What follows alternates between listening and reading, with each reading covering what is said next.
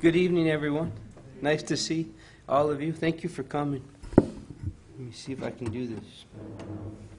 Does anybody else feel like today's only supposed to be like Tuesday or something? Monday, right? But we weathered everything well, yeah? We were very fortunate, I think. Sorry, guys. I'm trying to get rid of this one and put up the new one. So, did anybody, what am I saying? Everybody listened to the talk, yeah? The opening reading, right? If all we did was talk about that opening reading, right? If we just listened to that for 30 seconds, we'd all go home, if it was simple, yeah? But that talk, that short reading from Happy Life, basically summarizes what we're going to talk about tonight. It's amazing how just opening this book random before we start always seems to tie in to our talk. When I first saw the topic, I thought it was perfect for me because I thought it said wordy. You know, I talk a lot. Right? So I thought it was perfect for me, but it said worldly, right? And I still think that's perfect for me because I'm struggling in my personal life with changes in my professional life. Nothing terrible, but just transition, yeah? I'm in healthcare, and healthcare is constantly changing. And my profession is the one that's changing this time. It was cardiologist a few years ago. It was other specialties. This year is my turn. So dealing with that and making the connection between material life, what's important, what's not. And this chapter, chapter 17, item 10, is all about material life, spiritual life, how they come together. We do our gospel at home on Wednesday nights. And it's amazing. Gabriella opened the book last night, and it was to this very item. So it's amazing. I must really need to learn something, right? Because this was my subject. This is what Tim opened today randomly. My daughter opened this section last night. So I hope you get something out of this tonight. Obviously, I really need to. So that's why it was given to me. As I like to say as I start these talks, is I can't take any credit for what we're going to talk about. This is entirely from chapter 17, item 10 of the Gospel according to Spiritism. I may talk a little bit about my thoughts, but the words that you see, for the most part, are all from the book.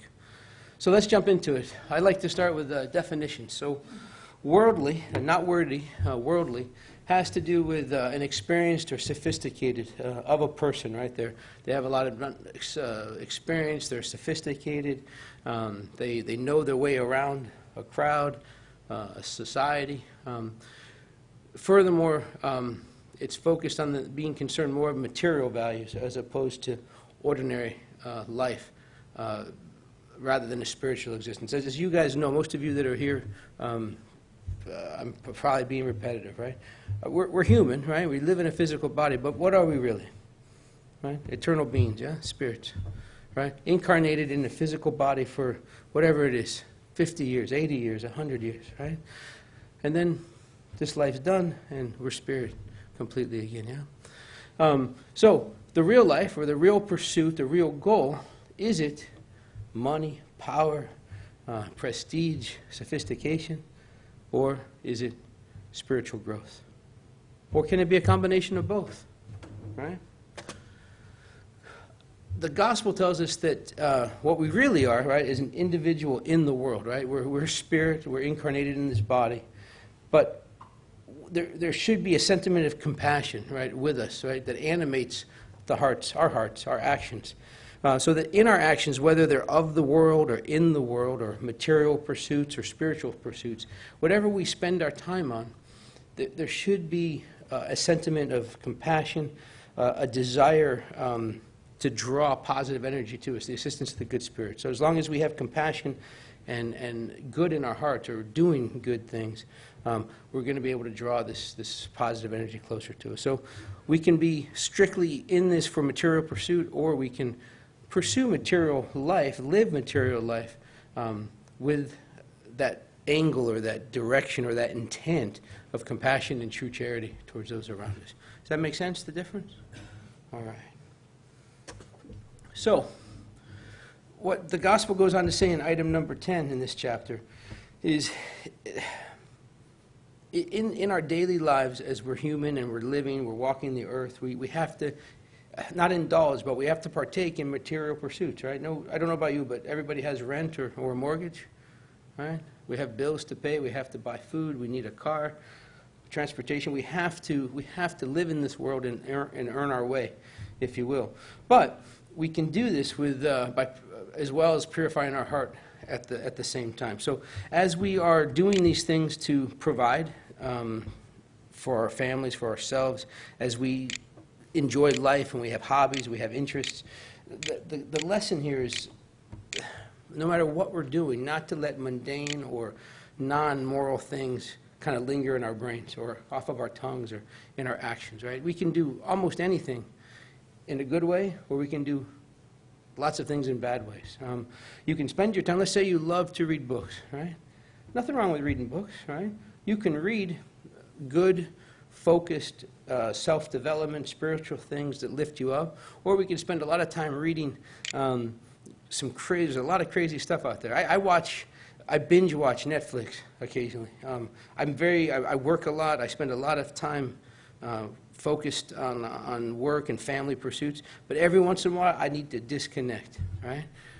And I'll turn on Netflix, and every once in a while I'll catch myself watching a series that makes no sense. There's violence, there's crime, it's a total non-reality for me. Well, that's mundane. That's not good pursuit. It's a futile pursuit. There's nothing for me to gain from that.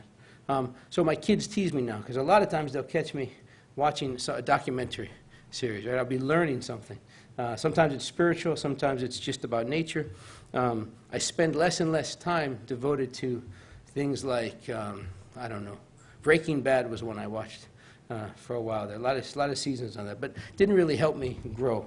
So the point here is, as you're doing your day-to-day things, try not to linger on non-spiritual things or non-healthy things for your mind. If you're putting bad stuff in, bad stuff is going to come out. So do what you like, but do it with a calling in your step, a positiveness in your step, a desire to help others in your step or to grow, so that you keep your energy high and you draw positive spirits towards you, positive energy. And a great way to do that is, as you're living your life in material pursuits, try to keep charity in mind. That doesn't mean writing checks and giving money. It means charity to your fellow man. Right? Charity to yourself, giving yourself time to grow, to learn. Charity to your spouse, to your partner, to your children. Patience, kindness, right? Patience to that boss that may not treat you well. Patience to that neighbor that doesn't respect you, right? Turning the other cheek in the sense of not picking a fight or saying bad things or seeking revenge. Forgiveness. That type of charity. Does that make sense?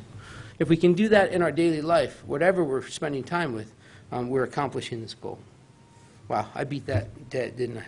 Sorry. But we got through it. So, here's the question. I asked it already. Can you do both, right? Does the pursuit of life with compassion at your core or in your center, with this desire to grow and evolve morally, does that prevent us from living a worldly life? Can we still be sophisticated? Can we still be experienced? Can we still enjoy what the world has to offer to make us feel good? Do they contradict each other? I'll ask you, what do you think? No, right? Yes, no? I think it's no. Yes, I read the book, though. So I knew the answer. No, they don't want us to think, since we're being directed to pray, to focus our life on moral development, to follow the example of Christ, right? To live a charitable life, a life forgiving others for their trespasses, and paying our debts to others, right? Making amends with people that we've offended. It doesn't mean that we have to be a mystic, is the word they chose. A monk comes to mind, or an edict, or not an edict, but a nun, right, or a priest, or spend every minute of your life in a spiritual center volunteering, right? They're not saying that we have to do that. We're instructed and encouraged to live our life in the ways of the times, right? do spend time with your colleagues, your peers, your friends, the people that you're drawn to, and live in a way that's consistent with your time, right? You don't have to wear a cassock, those long robes, cover everything, or not be fashionable and go out and not wear clothes that you might like or jewelry that you like. There's nothing wrong with that. It's okay to observe the social necessities, even the frivolities, right? The silly things that we all do, that people like to do. I'm not super, what's the word? I don't keep up with fashion, and I'm not really, I don't really pay attention to what current frivolities are. I spend time with my kids, my wife, and I work, or I'm here. So whatever they are, it's okay to partake in them, right? Whatever you choose to spend your time with, it's fine, right? But do it with a sentiment of purity, right? As you're out and about, what's a common thing? What do people do nowadays? What's a thing people do to spend time and enjoy the day? If you're young, single, what do you guys do? What's common? Okay? We're all at the center all the time, yeah? We don't know. I don't know, movies, concerts, maybe going to downtown Disney, I don't know. Just walking around, enjoying the sights, watching fireworks that happen every night in this town. Whatever they might be, right? Do it with purity, right? In the sense of wherever you are, whoever you come in contact with, have love in your heart for the world around you. Put on a happy face. Be cheerful. Be optimistic.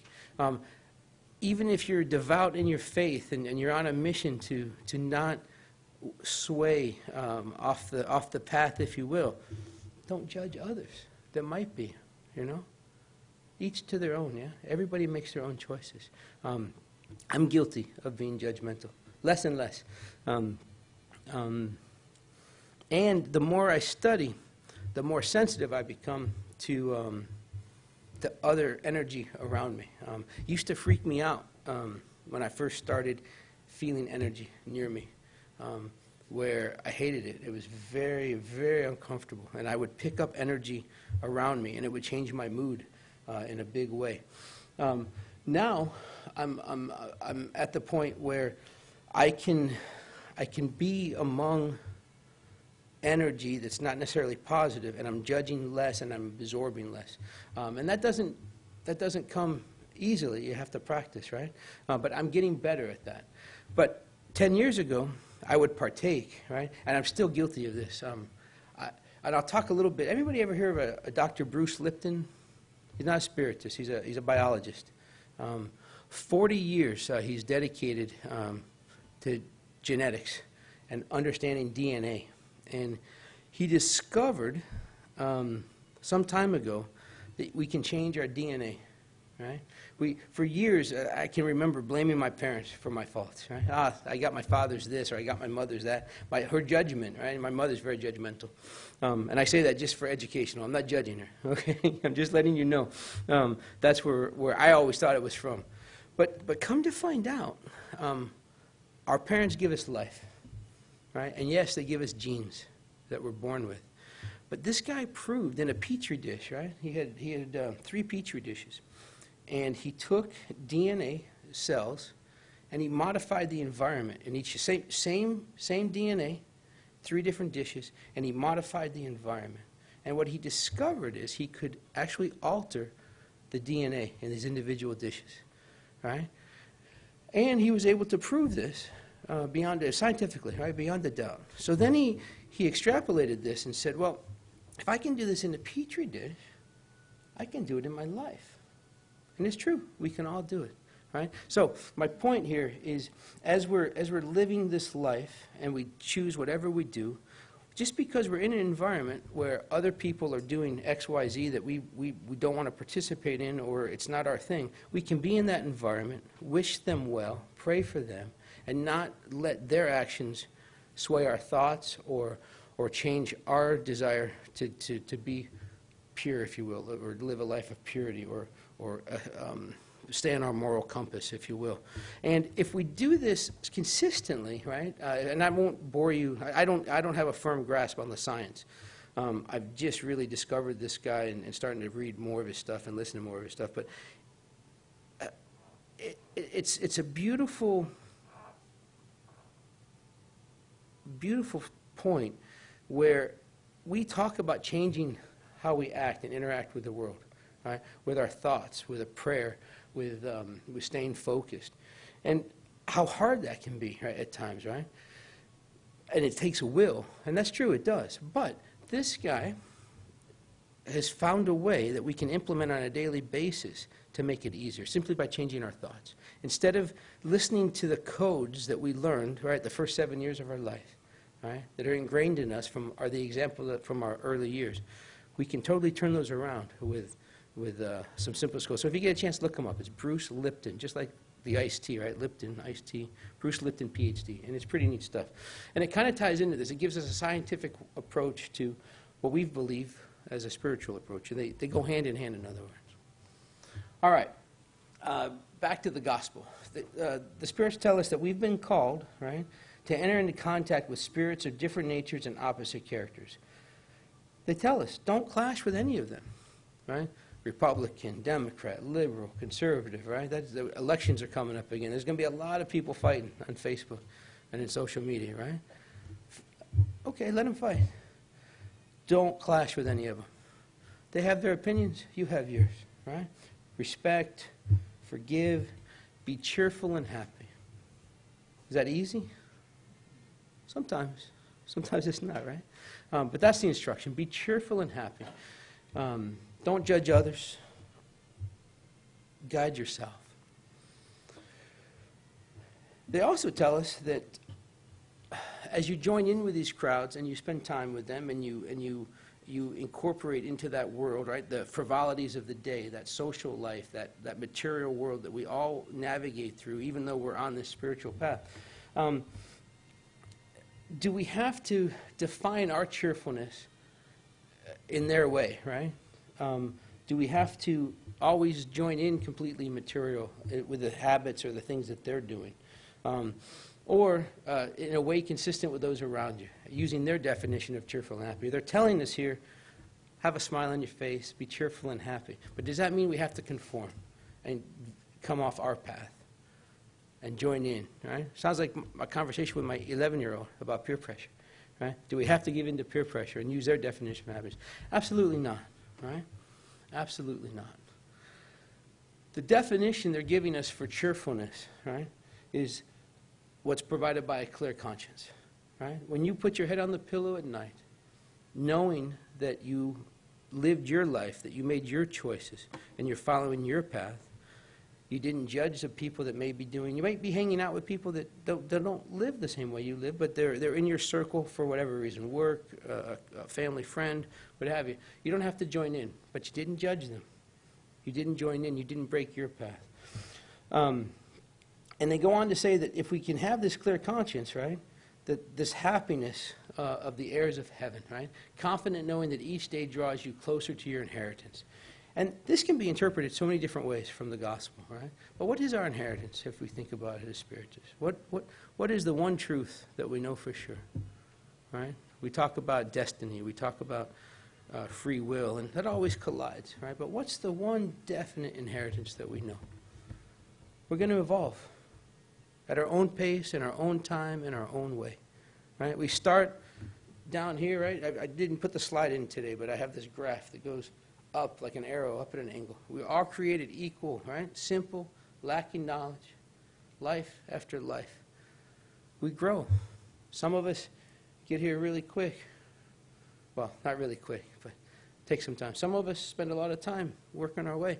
We're all in our own place on this growth path. The only inheritance, the only guarantee, right, is we're going to evolve. We cannot fight it.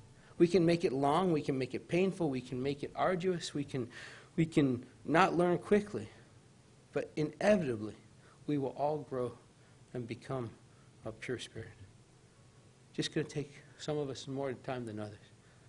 I'm 52 years old, and I spent the first, 35, 40 years. That's not true. I'm exaggerating. 25, 30 years on a completely different path. Right? So I'm way behind the curve. But I'm at the table now, right, and I'm studying, so it's going to get easier for me. My point is, don't interpret when you see heirs of heaven, and we're not talking necessarily pearly gates or the opposite, right? We're going to go to hell if you don't do these things. Strictly speaking, right, when we talk about our inheritance, we talk about that evolution into a pure spirit. And the way we can do this quickly, or less long, if you will, or shorter, less painful, is simply by having that clear conscience every night. If you had a connection, right, a speaker, or let's say we had an app on our phone, right, where we could see God, right? He's looking at us, we're looking at him. What would we do differently? Or better yet, let's take God out of this, right? What do you do when nobody's watching, as opposed to when people are watching? If they're radically different, right? Or you would feel bad, perhaps, about doing those things in public eye, then maybe we don't have that clear conscience, right? So that's what we're trying to do. We want to create that clear conscience mentality, that experience, as often as possible. And if we haven't lived that way that day, acknowledge it. Don't beat yourself up. Don't live in the past, right? It only happened when it happened. The more you feel guilty about it or beat yourself up about it, you're simply repeating that in your brain. Same thing, whether you do it physically or you think about it and feel guilt over it in your brain, the same area of your brain fires up, whether you're thinking about what you did or when you did it. So stop, put it behind you. It's in the past, and make a focused attempt the next day to correct it. They go on to tell us that virtue does not consist in assuming a stern and gloomy face, or in rejecting the pleasures that your human condition allows. Whew. Good news, right? Just because we profess to want to grow, right? And I don't care what you're thinking right now. I'm going to make a statement. Each and every one of you is on a path to improve. I know sometimes I come here and I don't necessarily feel that way, and some of you may feel like that. But it's Thursday night, right? It's 7:30 night. I guarantee you there's something else out there that might be more fun, that might be more exciting. What sports season is it right now? Football. Wow, is there a game tonight? Yeah. See? And you're here, Tim. Yeah. Way to go. I'm proud of you. All right? My point is, you're in a spiritual center on Thursday night listening to a guy that may or may not know what he's talking about. Right? I'm trying, Tim. I'm trying. The point is, you're here. So we're all on the path, right? We're trying, and you're here. So that's awesome. But it's okay to have a smile. It's okay to have fun. It's okay to be silly.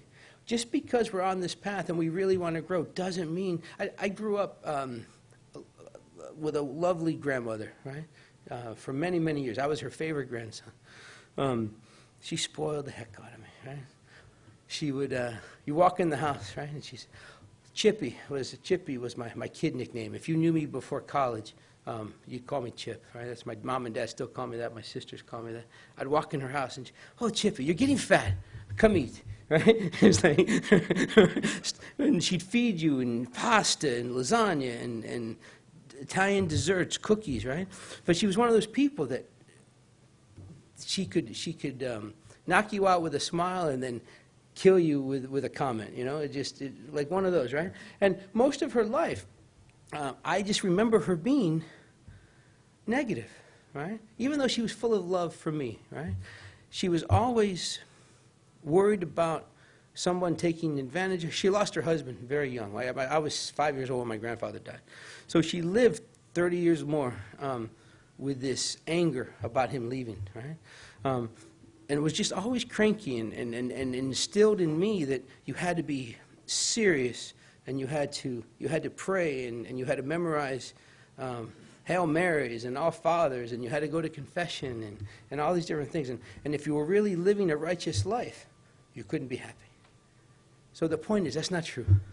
You can live a righteous life. You can follow your moral compass. You can follow the example of Christ. You can still laugh. You can still have fun. You can still goof off. But remember your focus, right? What's the purpose? Compassion in your heart for others, but laugh at the same time. Does that make sense? All right, good. Grandma, I'm sorry. She's listening. I don't know. All right. So the caveat, which I've already shared with you, right, is in all that we do, look to the source of all things. don't do anything without the thought of God. I can't tell you I do that every day. If I had the thought of God in my every thought, there are things I would not do. And there are still things that I do that I might not do in public, right? Nothing crazy, but you know what I mean. And that is beautiful, but it's also very sharp, right? They're basically telling us, do what you want, but with the thought of God in all of your actions. And if we hold true to that, I think we live a little bit differently. So that to me is this was a hard slide. Just because it woke me up. Even though I'm studying and I'm here speaking and we pray at home and we're giving lessons to the kids and, we're doing a lot of good things. But I can't tell you that every action I take has the thought of God in it. All right? Enough of my guilt, but that's what it makes me feel. But if we can do this, then we have purifying and sanctifying acts, right? What we think about, what happens next? It comes out of our mouth, we talk about it, and then what happens? Then it's actions, thoughts, words, actions. Another great non-spiritist book. What was that called? Conversations with God? Remember that? Great book. But anyways, if you think about it, you're going to talk about it, and then it's going to be an action. So if we can keep God in that process from here to here to here, we're going to be living a lot better. As Christ told us, right, perfection is found entirely in the practice of absolute charity. And the duties of charity extend to all social positions from the lowest to the highest.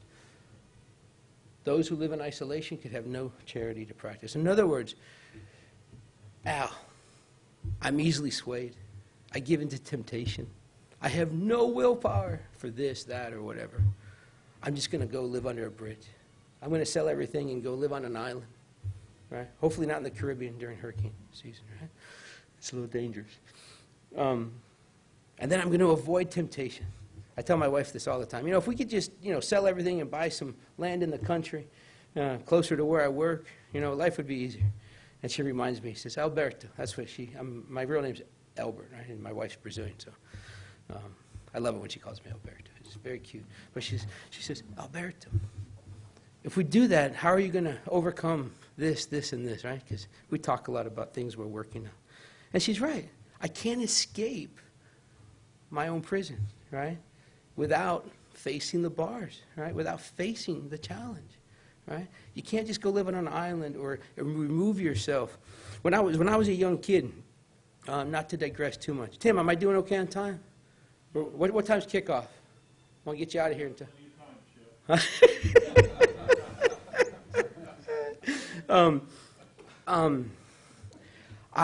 I was hanging with a bad crowd. I left college the first time around before they kicked me out because my GPA was like 1 point something, right?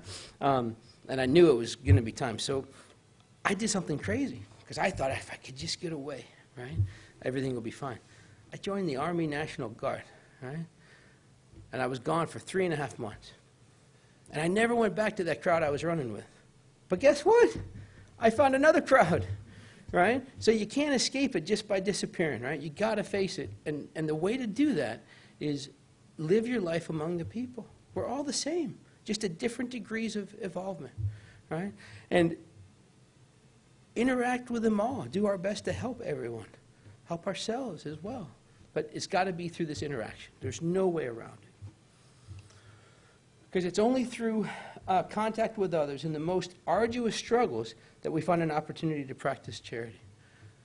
Those who isolate themselves intentionally deprive themselves of the most powerful means of perfection, since they only have themselves to think of, effectively becoming selfish.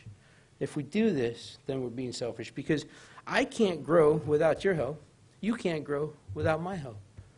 The most difficult person in our lives is our greatest teacher in a lot of ways. They teach us patience. They teach us kindness. They teach us forgiveness, right? Or they help us define our weaknesses, right? The things we need to work on, right? When we talk bad about that person, when we wish them ill will, when we seek revenge, when we're happy, when bad things happen to them, right? Right? All these things they happen, and we're all, I won't speak for all of you. I'm guilty of all those in the past, less and less, right? But still guilty of these things. So those people that just push your buttons and stress you out and anger you, they can be your best teachers. Make sense? All right. I think I heard yes. Yes? Okay, good. We're almost done. 2 more hours. Kidding. So we're reminded, do not imagine that in order to live in constant communication with us, to live in the Lord's sight, that you must live in isolation and protection from others, constantly praying. No, no, and once more no. Definitely pray, but it doesn't have to be a constant thing. You don't have to become a monk that doesn't talk and just meditates all day. You don't have to do that. It's actually encouraged to go out and interact. Be happy in accordance with the needs of humankind. May your happiness never hold a thought or commit an action that might offend God. Makes sense, right? We talked about this. Live your life. Love each other. Forgive each other. Be charitable towards each other. Be kind to yourself, right? The goal here is just don't commit an action that might offend God. Easy, right? Easy, but hard at the same time. All right. May your actions never cloud the face of those who love and guide you. God is love. God blesses all those who love virtuously. So who loves and guides us? You want to help me with this one? Yes, we've got material circles, right? We've got friends. We've got moms and dads. We've got best friends. We've got counselors at the center. But at the end of the day, ultimately, what are we talking about when we say who love and guide you? Are you ever really alone is the question. No. You're surrounded, right, by spirits that love you and guide you. As long as you don't cloud the picture. Elevate your energy, right? Lift your thoughts. Spend time with like-minded people. Spend time with people in similar pursuits. But if you don't, right, if you step away from that, right, are they ever really gone? Might be distant, but they're there when you ask, when you knock. Yeah? Ask for help. Pray for help. Hesitate as if God's on your shoulder, right? And think about what you're about to do, and it'll change. Help is there. Your guardian angel exists and is there for you. You just got to let him in. Got to invite and not push away. But they're always there for you. All right. Now, this last slide is not from the gospel. This is from a PowerPoint from the U.S. Spiritist Association in a presentation I borrowed a long time ago. But it's an acronym, right, for how you can stay straight. Knock, right? So knock and you will receive, ask and you will receive. Same idea. What's the K stand for? Keep your faith. And I love the first sentence. The same faith it takes to knock is the same faith required to keep you standing in the door. Yeah? When you're ready to give up, when you're ready to walk away, remember, it takes just as much energy to ask as it does to stand there. Don't give up. Keep your faith. What's the N stand for? Never give in to doubt and fear. It's okay to have doubts and fears. The key here is to not allow those feelings to move you from your position. This happens when you try to reason with doubt and fear, which are simply feelings, not truth. Never give in to doubt and fear. It's okay to be scared. It's okay to doubt. But don't give in. Remember, you're created by God to be a pure spirit. That's your destiny. Don't give up. Stay strong. What's the O stand for? Out of the ordinary. If you're looking for the door to open in an ordinary way, or only for it to open it the way you think it should happen, you may miss your opening. Think of all the ways a door might open. Revolving, sliding, spinning, or maybe there's a small opening at the bottom that you will have to shrink to fit into. Maybe losing the ego and attitude will help you fit, right? How many of you have ever heard that saying, thank God for unanswered prayers? Right? How many of you can think of something terrible that happened in your life, and you prayed and prayed and prayed, and your prayer didn't come true, but then something else happened that was better? Right? Just because you ask for it doesn't mean it's the best thing for you. Right? See other doors. Find new ways to open or get through, and don't give up. All right, C stands for choose. We have so much power in our ability to choose. Choose to stand your ground, Choose to be grateful, choose to forgive, choose to be genuinely happy for other people. Choose to do what's uncomfortable if it will get you to what's next. And that's Bruce Lipton right there, right? The DNA, right? You were born with genes. You were programmed for the first 7 years of your life. And unconsciously, right, 95% of the time, unconsciously, you're being driven by that tape, by that DNA. But you can change it. That's not just Bruce saying it or me saying it. He proved it with science. You can change your DNA. You can change those recordings. It just takes effort and time. And then finally, the last K, keep your heart and mind guarded. Be careful of what you allow in and who you allow in into your life. If you are standing at a door waiting for it to open, you need your cheerleaders, those who have been shoulder to shoulder for you to stand on, and those who will patiently wait with you passing the silent time with words of encouragement. You show me the 5 people you spend the most time with, and I'll show you who you're most aligned with. That's a very, very well-known, what's the word I'm looking for, Peter? Well-known or accepted belief, right? Yeah. If you're not where you want to be spiritually, if you're not where you want to be in life, right, on your path, think about what you're doing, where you're spending your time, who you're spending it with. Your mind is expensive real estate. Say that again? Your mind is expensive real estate. Your mind is expensive real estate. Watch our tenants. I like that. Thank you. And then make a change. I have a very dear friend of mine who I love. He's like a brother to me. But it's not the best situation, right? Without going into too much detail. I'm struggling with the charity, right? Trying to help. And yet also knowing that this energy is not necessarily good influence in my marriage or in my professional life. So that's one of the things that this talk helped me with, right? Is knowing I'm going to tell you about that, and then examining myself. I don't know about you guys. How many of you get up in front of people and talk? Am I the only idiot in the room? No? Some of you, yeah? Occasionally, yeah. It's the hardest thing, right? Because here I am in front of you trying to teach you something that I haven't mastered. I almost quit doing this some years ago. There's a young lady in the back that convinced me of the errors of my ways and helped me turn the corner, so I'll be ever indebted to her.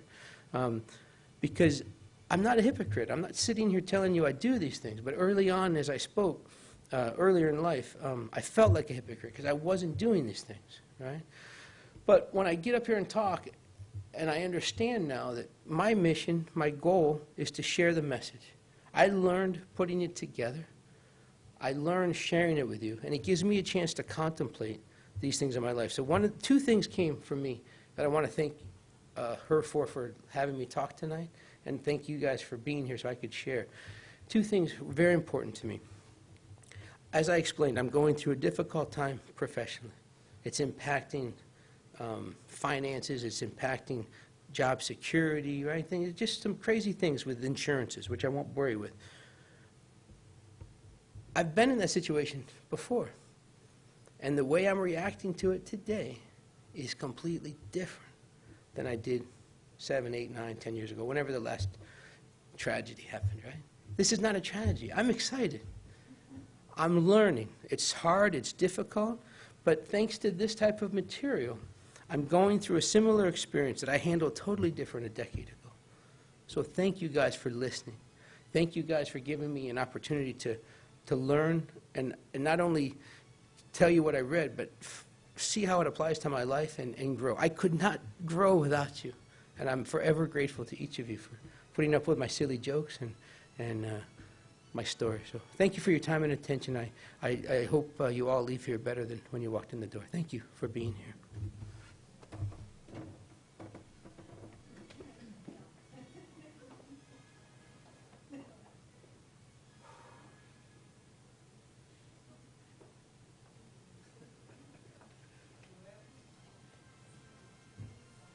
Peter was volunteering to. What are the odds? Do you guys have your